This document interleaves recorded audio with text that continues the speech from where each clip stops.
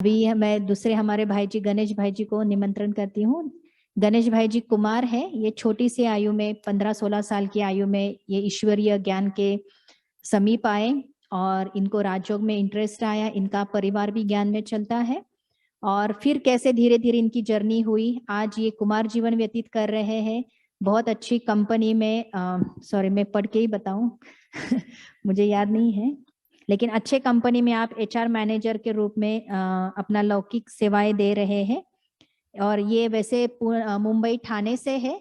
इनका जन्म स्थान कहो या जहाँ पले बड़े एजुकेशन हुआ वो मुंबई में हुआ है।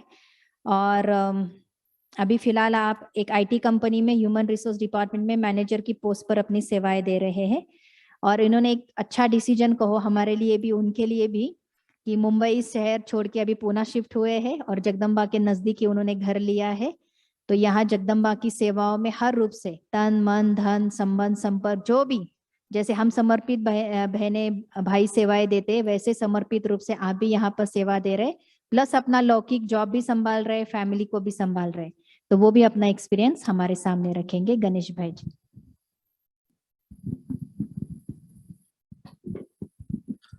ओम शांति। आप सभी सुबह से बहुत ज्ञान की बातें सुन रहे हैं और बहुत बातों का आपने अंदर समाया भी होगा, क्योंकि जब तक समाएंगे नहीं तब तक उसको धारण नहीं कर पाएंगे। ज्ञान के साथ साथ एक ज्ञान को जैसे एक शक्ति कहते हैं, उसके साथ साथ और एक बहुत बड़ी शक्ति है जिसको कहते हैं अनुभव की शक्ति। अनुभव एक ऐसी अथॉरिटी है कि ज्ञान की कुछ बातें शायद हम भूल भी सके, लेकिन अनुभव की बातें कभी हम भूलते नहीं हैं। चाहे किसी की भी बातें हो, कोई बहुत बड़ा व्यक्ति हो या बहुत छोटा भी व्यक्ति हो, लेकिन जो वो अनुभव सुनता है या सुनाता है तब हम कभी वो भूलते नहीं हैं। तो ऐसे ही हमारे जीवन के कुछ कुछ एक दो ऐसे अनुभव है जो हम आपके साथ शेयर करना चाहेंगे। जैसे कि हम लगभग 16 साल की उम्र में जब इस ज्ञान में आए, तो ज्ञान में आने के पीछे कोई ऐसा मकसद नहीं था, क्योंकि वो उम्र जैसे बहुत खेलकूद की उम्र या ऐसे कुछ रहती है। लेकिन हमारे लिए वो खेलकूद की उम्र नहीं थी, हमारे लिए एक बहुत बड़ा एक शौक था उस समय। मतलब ये था कि हमारे परिवार में, लौकिक परिवार में, हम, हमारे माताजी, हमारे छोटी बहन जो 5 साल हमसे छोटी है, और हमारे पिताजी। तो पिताजी का मतलब एक अच्छा खासा परिवार था, 4 लोगों का सुखी मतलब परिवार था। लेकिन एक दिन ऐसा हुआ बीच में कि हमारे जो लौकिक पिताजी है, तो वो बॉम्बे से गांव जा रहे थे और बीच में जो एक एरिया आती है खालापुर, वहां पर बस से जा रहे थे और बस वो खाई में गिर गई और बस में जितने भी सवारी थे वो सारे के सारे उन्होंने शरीर छोड़ दिया। मतलब लगभग कुछ 50 या 55 लोग थे, पूरी बस भरी हुई थी और बस खाई खाई में गिर गई और ऑन द स्पॉट सभी के सभी लोग चले गए। तो उसमें हमारे पिताजी भी, उन्होंने भी शरीर छोड़ा। और ये हमारे लिए बहुत बड़ा शौक था। मतलब जैसे कोई बीमार व्यक्ति रहता है काफी सालों से, तो लगता है कि चलो भाई उनका कुछ नजदीक का समय आया है। लेकिन जब कोई इंसान एक्सीडेंट में जाता है, मतलब शरीर छोड़ता है, तब वो एक बहुत बड़ा जो लेवल जीवन की है वो पूरी बिगड़ जाती है। और सोर्स ऑफ इनकम जो रहता है, जो बड़े रहते हैं घर में, वो चला जाता है। एक बहुत बड़ा एक सपोर्ट रहता है, वो चला जाता है। तो हमारे साथ भी ऐसे ही हुआ। और मतलब लगभग 6-8 महीने गए उसके बाद। हमारे लौकिक जो माताजी थे वो जॉब करते थे थाना में। वो भी लगभग 25 साल से जॉब करते थे, लेकिन उनके ऑफिस में भी लेटर इशू हुआ कि कंपनी बंद होने वाली है और आपको जॉब छोड़ना होगा, वॉलेंटरी रिटायरमेंट लेनी होगी। मतलब पिताजी के शरीर छोड़ने के बाद तुरंत 4 या 5 महीने के बाद वो भी एक दूसरा इंसिडेंट हुआ। और मेरी उम्र उस समय 16 साल और मेरी जो छोटी बहन है उनकी उम्र 12-13 साल की। तो बहुत बड़ा सदमा था ये हमारे लिए। तो मतलब बहुत, मतलब जैसे हमारे माताजी पहले से हिम्मत वाली है तो उन्होंने हिम्मत रखी, थोड़ा बहुत घर में कुछ किया वगैरह ऐसे इनकम सोर्स के लिए। लेकिन फिर भी जो मानसिक जो आधार चाहिए था वो नहीं मिल रहा था। तो हमारी माताजी जिस कंपनी में जाते थे जॉब में, तो बीच में ही ब्रह्मा कुमारी का सेंटर आता था, घर और ऑफिस के बीच में। तो हमेशा उस सेंटर के नीचे से आते जाते रहते थे, लेकिन कभी ये नहीं आया कि क्यों ना सेंटर पे जाए और देखे। हमारे जो दादाजी थे वो सेंटर पर जाते थे गांव में, तो वो हमेशा बताते थे ब्रह्मा कुमारी इसके बारे में, जैसे आपको सभी सारी बातें आपने सुनी सुबह से वही बातें सुनाते थे, लेकिन अभी कभी ध्यान में नहीं दिया उस उन बातों को। तो जैसे कहते हैं ना कि जब जो दुख बढ़ता है इंसान के जीवन में तब भगवान की याद आती है, सारे दरवाजे बंद हो जाते हैं तब वो दरवाजा याद आता है। तो उस समय पर वो दरवाजा याद आया भगवान का। तो सेंटर पर माता जी गए और उनको बहुत अच्छा लगा। सिर्फ माता जी और हमारी छोटी बहन गए थे, हम नहीं गए थे। तो उनका कोर्स हुआ और उस कोर्स में उनको एक बात अच्छी लगी कि हम नजदीक के भविष्य में इस जन्म के बाद हम मनुष्य से देवता बनने वाले हैं। ये पॉइंट उनके मन में ऐसी छप गई कि मतलब वो जैसे कि आने के बाद हमको घर में आने के बाद उन्होंने बताया कि हम मनुष्य से देवता बनने वाले हैं। हम साधारण नहीं है, ये ज्ञान जो है इस ज्ञान से हम हमारा अगला जन्म हम देवताओं का होगा, हम सतयुग में जाएंगे, स्वर्ग में जाएंगे। तो उस समय मुझे तो ये सारी बातें समझ में ही नहीं आती थी, बहुत छोटे थे तभी। लेकिन मेरे छोटी जो बहन मेरे से जो छोटी थी उसको समझ में आती थी ये सारी बातें और उसको बहुत अच्छा लगता था। तो हमारे माताजी जो थे वो हमेशा कहते थे कि मैं स्वर्ग में जाऊंगी, मतलब मैं देवता बनूंगी, मेरी बेटी देवता बनेगी, लेकिन मेरा बेटा कैसे देवता नहीं बनेगा। माताओं की भावना रहती है ना कि जैसे मैं मेरा भाग्य बना रही हूँ तो मेरे बच्चों का भी भाग्य बनना चाहिए। तो वो भावना उनके अंदर बहुत स्ट्रांग थी। तो उन्होंने मुझे बहुत फोर्स किया सेंटर में आने के लिए, हालांकि मुझे कोई इंटरेस्ट नहीं था। और मैं क्योंकि मुझे बचपन में ही जॉब भी करना पड़ा, मैं पार्ट टाइम जॉब करता था क्योंकि घर में सोर्स इनकम सोर्स चाहिए था। तो वो भी था, फिर पढ़ाई भी थी, वो सारी चीजें थी।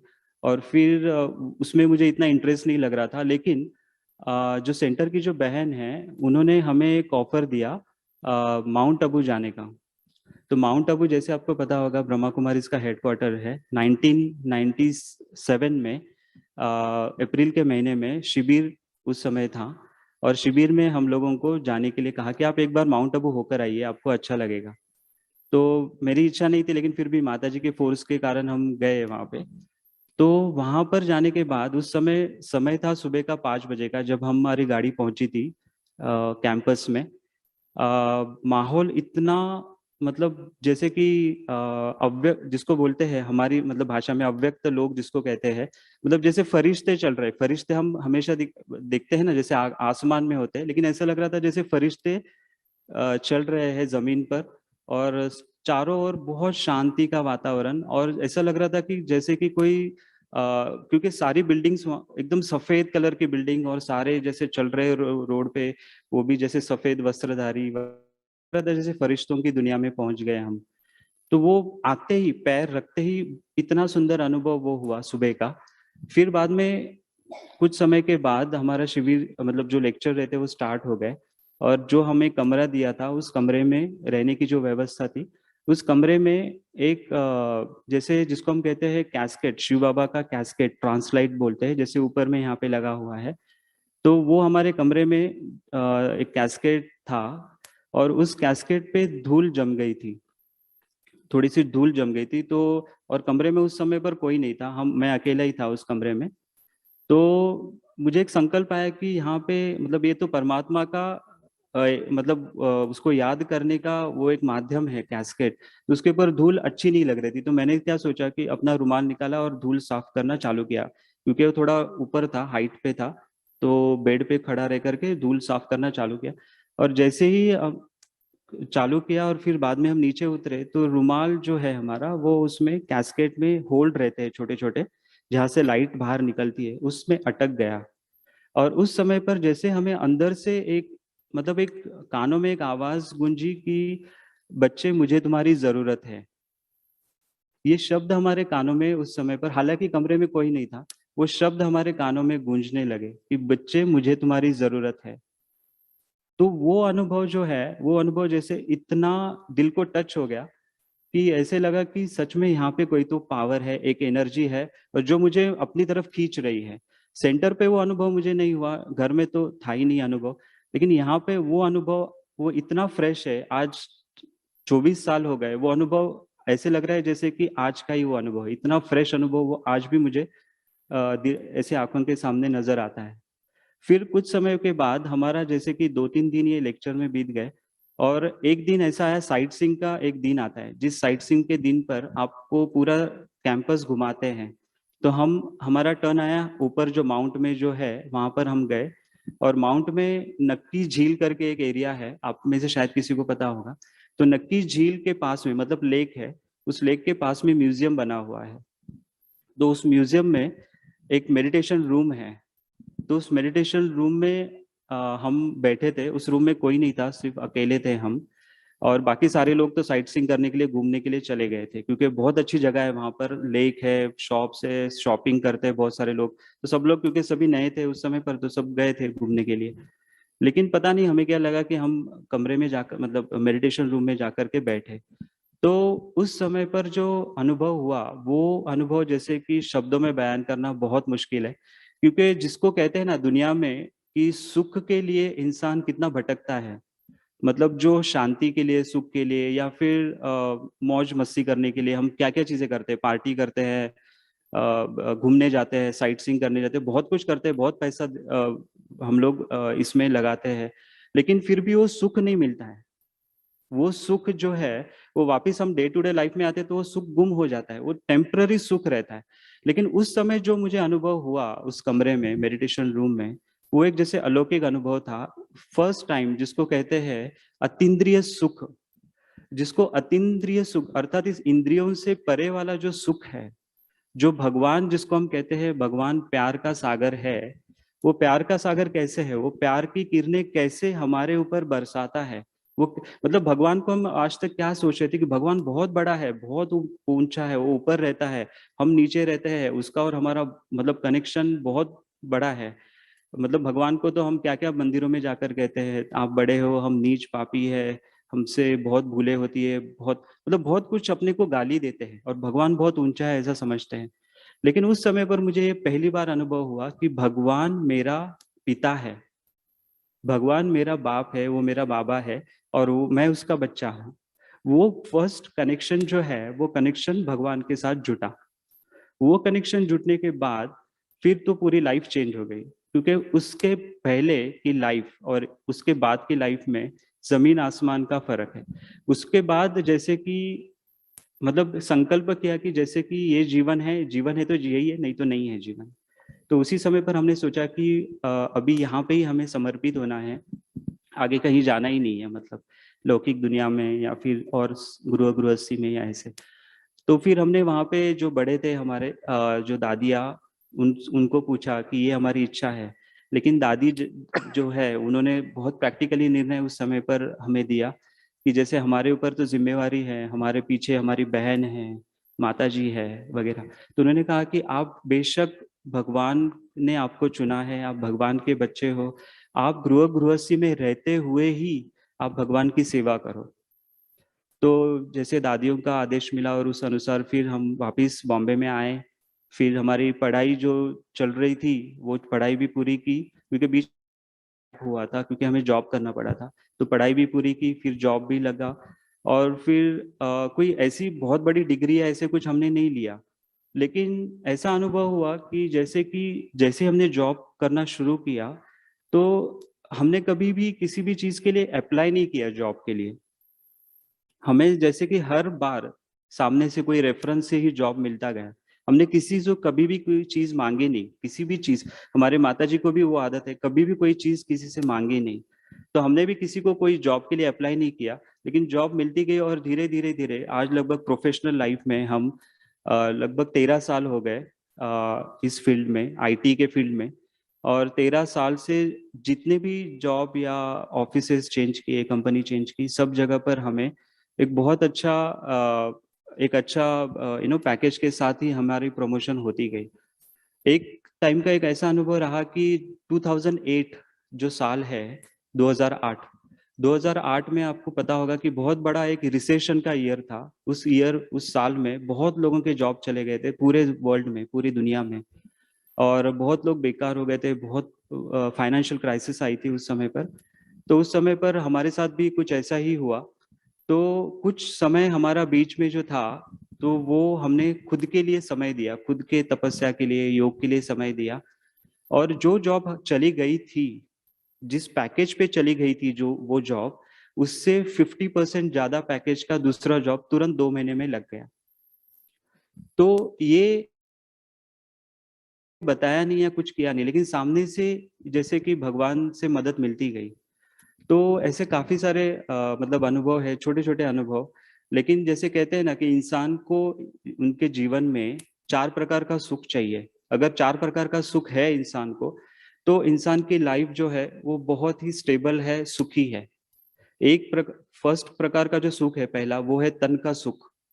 तन का सुख अर्थात कि हमारे पास पैसा तो बहुत कुछ है, बहुत हमारे पास पैसा है, नौकर चाकर है, बंगला है, लेकिन पूरा टाइम अगर हम लोग दवाइयाँ खाते रहे और डॉक्टर के चक्कर लगाते रहे, हॉस्पिटल के चक्कर लगाते रहे, तो उस धन का क्या फायदा। तो तन का सुख जो है वो इंसान को चाहिए। आज हमने हमारे लाइफ में देखा कि जब से इस ज्ञान में आया या उसके पहले भी, कभी भी आज तक हॉस्पिटल का हमने दरवाजा खटखटाया नहीं हमारी, क्योंकि इस तन को हमने भगवान की सेवा में लगाया। कभी भी किसी भी प्रकार की बीमारी टच नहीं हुई, चाहे कोरोना आया गया, इसके पहले भी कोई कुछ भी हुआ, एकदम लाइफ जैसे कि स्टेबल। दूसरे प्रकार का सुख है मन का सुख। इंसान को क्या है कि हेल्दी रहने के लिए बहुत कुछ करता है, इंसान एक्सरसाइज करता है, योगा करता है, धन भी रहता है, लेकिन हमेशा मन से परेशान रहता है। अपने बच्चों की चिंता रहती है, या तो फिर परिवार की चिंता, या तो फिर भविष्य में क्या होगा उसकी चिंता। चिंताएं तो अनेक प्रकार की होती है, लेकिन हमने हमारे लाइफ में कभी ऐसा महसूस नहीं किया। जो पहली चिंता थी ज्ञान में आने के पहले कि आगे क्या होगा, जब पिताजी ने शरीर छोड़ा था तभी। लेकिन जैसे ही इस ज्ञान को समझा, जब मधुबन मतलब माउंट आबू जाकर आए, जब परिवर्तन हुआ, तब समझा कि हमारा पिता तो भगवान है। वैसे भी पिताजी ने शरीर छोड़ा था तो हमारे परिवार में सिर्फ हम तीनों ही थे, तो एक पिताजी की जरूरत जो थी वो महसूस होती थी, लेकिन वो भी महसूस था कम हो गई जब भगवान बाप के रूप में मिल गया। तो वो कभी चिंता भविष्य की थी ही नहीं। तो मन जो है, मन से भी हमेशा सुखी। धन धन की इंसान के पास धन तो चाहिए, क्योंकि धन के बिना वो आगे वैसे देखा जाए प्रोग्रेस तो कर ही नहीं पाता है। तन है, मन है, और धन भी तो चाहिए। तो कभी भी धन के बारे में भी हमने कभी ये सोचा नहीं कि धन कहाँ से आएगा या कैसे आएगा, क्योंकि जैसे जैसे जॉब चेंज होती गई वैसे वैसे पैकेज बढ़ता गया, और फिर बहुत अच्छा मतलब फाइनेंशियली भी हम लोग नीचे से ऊपर आते गए। और चौथे प्रकार का सुख है जन का सुख। जन अर्थात संबंध संपर्क। कहते हैं कि दुनिया में मोस्टली ब्रह्मा कुमारीज के बारे में एक बहुत बड़ी मिसअंडरस्टैंडिंग है कि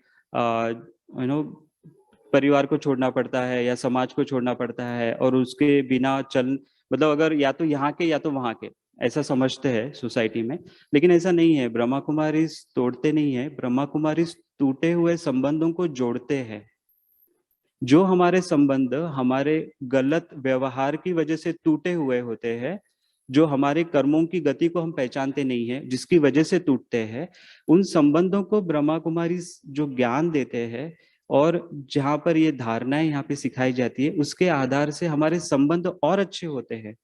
और ये हमने पर्सनली अनुभव किया है। जो रिश्तेदार हमसे टूटे हुए थे, मतलब उसकी एक अलग स्टोरी है एक्चुअली, वो अभी नहीं सुना सकते समय की सीमा के लिए। लेकिन वो रिश्तेदार वो आज कहते हैं कि आपने जो जीवन अपनाया है, ये जीवन बहुत अच्छा है, बहुत मतलब इस जीवन से हम आपसे प्रेरणा लेते हैं, और हम क्या आपको सहयोग दे सकते हैं वो आप बता दीजिए। तो इस प्रकार से मतलब जो जिनकी निगेटिव भावना थी वो पॉजिटिव में परिवर्तन हो गई। तो जन किसी को छोड़ना नहीं है, हम किसी को छोड़ते नहीं है। सबके साथ रहते हुए ही, सब कर्म करते हुए ही हम इस ज्ञान को अपने जीवन में धारण करते हैं। तो ये 4 प्रकार का सुख, तन मन धन और जन, अगर ये इंसान को मिलता है तो वो सुखी इंसान। तो वो जैसे कि सतयुगी जीवन इस कलयुग में जी रहा है, ऐसा कह सकते हैं। और ये जीवन हम जी रहे हैं, इसका मतलब पिछले 24 साल से इसी जीवन को हम जीते आ रहे हैं। और हमारे साथ हमारे माता जी जो है, वो हम दोनों भी, और हमारी जो सिस्टर है, बहन। तो इस प्रकार से इस ज्ञान मार्ग में हम चल रहे हैं, और हम यही समझते हैं कि परमात्मा का साथ हमारे साथ में है। और जस्ट एक आखिर में एक बात कहना चाहेंगे कि जैसे प्रोफेशनल लाइफ में हम जैसे हमारा फील्ड है आईटी का, और हमारा जो रोल है वो ह्यूमन रिसोर्स डिपार्टमेंट जिसको कहते हैं। तो जैसे आपको पता होगा जो जॉब कर रहे हैं यहाँ पे, कि ह्यूमन रिसोर्स डिपार्टमेंट जो होता है वो हर एक कंपनी में होता है, हर एक गवर्नमेंट में या प्राइवेट कंपनी में हर जगह पे होता है। उस डिपार्टमेंट का काम रहता है कि लोगों के प्रॉब्लम को सॉल्व करना। ठीक है, अलग अलग प्रकार के जो प्रॉब्लम्स आते हैं लोगों के, मतलब एम्प्लॉयज के प्रॉब्लम को सॉल्व करना, कोई ना कोई प्रॉब्लम्स लेकर आते हैं। तो इस ज्ञान का मुझे इतना फायदा हुआ क्योंकि इस ज्ञान से समझ मिलती है कि किस प्रकार के इंसान के साथ हमें किस प्रकार का व्यवहार करना चाहिए, हमारी चाल चलन बोल कैसा होना चाहिए। हम जो बोल बोलते हैं उस बोल से सोचने, मतलब बोल बोलने से पहले हमें क्या सोचना चाहिए बना लिए हमने। जैसे हमारा यहाँ पर नजदीक में ही घर है, तो उस घर में हमने जैसे कि एक अलग से मेडिटेशन रूम बनाया हुआ है जिसको स्टडी रूम भी बनाया है। मतलब अभी जैसे कि आईटी में आपको पता होगा कि वर्क फ्रॉम होम चल रहा है, तो सारा काम घर पे बैठ के ही होता है। तो स्टडी रूम और मेडिटेशन रूम दोनों को कंबाइंड किया है। तो हमने जैसे कि आदत बना ली है कि हर 1 घंटे में, ठीक है, कार्य व्यवहार से छुट्टी लेकर के सिर्फ 1 मिनट के लिए, ज्यादा टाइम भी नहीं, 1 मिनट के लिए भगवान को याद करना, परमात्मा को याद करना, उससे शक्ति लेना, पावर लेना। तो उससे ये रेगुलर प्रैक्टिस होने से होता ये है कि जो क्या करना चाहिए, बहुत क्रिटिकल सिचुएशन होती है, समझ में नहीं आता है, लेकिन 1 सेकंड उस परिस्थिति से डिटैच होकर के, अलग होकर के सिर्फ हम अपने आप को समर्पित करते हैं परमात्मा के ऊपर, तो ऑटोमेटिक टचिंग आती रहती है कि करना क्या है। ऐसे बहुत छोटे छोटे अनुभव प्रोफेशनल लाइफ में हमें आए हैं। तो जैसे हमारे मैनेजर है, मतलब हमारे जो बॉस है वहाँ, तो वो भी बहुत मतलब ये कहते हैं कि मतलब कि आप कैसे किस रीति से ये कर लेते हैं, मतलब किस रीति से बहुत सारे सिचुएशंस को हैंडल एक साथ, क्योंकि लोगों को हैंडल करना बहुत मुश्किल है। मतलब जैसे कि प्रोफेशनल लाइफ में हर एक के अपने अपने प्रॉब्लम्स होते हैं, लेकिन उस प्रॉब्लम्स के बीच में आप मतलब सॉल्यूशन देना, ये बहुत बड़ा एक चैलेंजिंग स्टफ होता है। लेकिन उसको भी जैसे कि परमात्मा के ऊपर समर्पित करते हैं तो करण करावन हार वो है, वो कराता ही रहता है। तो इस प्रकार से चाहे परिस्थिति जो भी हो, हमारे आसपास लोग कैसे भी हो, लेकिन अगर हमने सोचा है कि मुझे क्या करना है, ये मुझे क्लियर है, तो चाहे परिस्थिति कैसे भी हो या लोग कैसे भी हो, उसका असर हमारे ऊपर नहीं पड़ता है और हम बहुत इजीली हम अपने मार्ग में, चाहे पर्सनल लाइफ हो, प्रोफेशनल लाइफ हो, उस लाइफ में हम आगे सक्सेसफुली बढ़ सकते हैं। Thank you so much. ओम शांति। जब हम अनुभव सुन रहे थे तो परमात्मा की एक प्रतिज्ञा है बहुत लंबी, उसमें से 2 लाइन याद आई। तू मेरे मार्ग पर चलकर तो देख, तेरे लिए सारे मार्ग न खोल दूं तो कहना, है ना। तो जो परमात्मा के मार्ग पर चलना शुरू करता है उसके लिए सारे दुनिया के मार्ग खुल जाते हैं और बहुत आसानी से खुल जाते हैं। और परमात्मा एक जीरो को हीरो बनाने की भी कैपेसिटी रखता है ना। तो सिर्फ उसको पहचानना और उसके मार्ग पर चलते रहना, इतना ही कार्य हमें करना है, बाकी तो सब वही संभाल लेता है।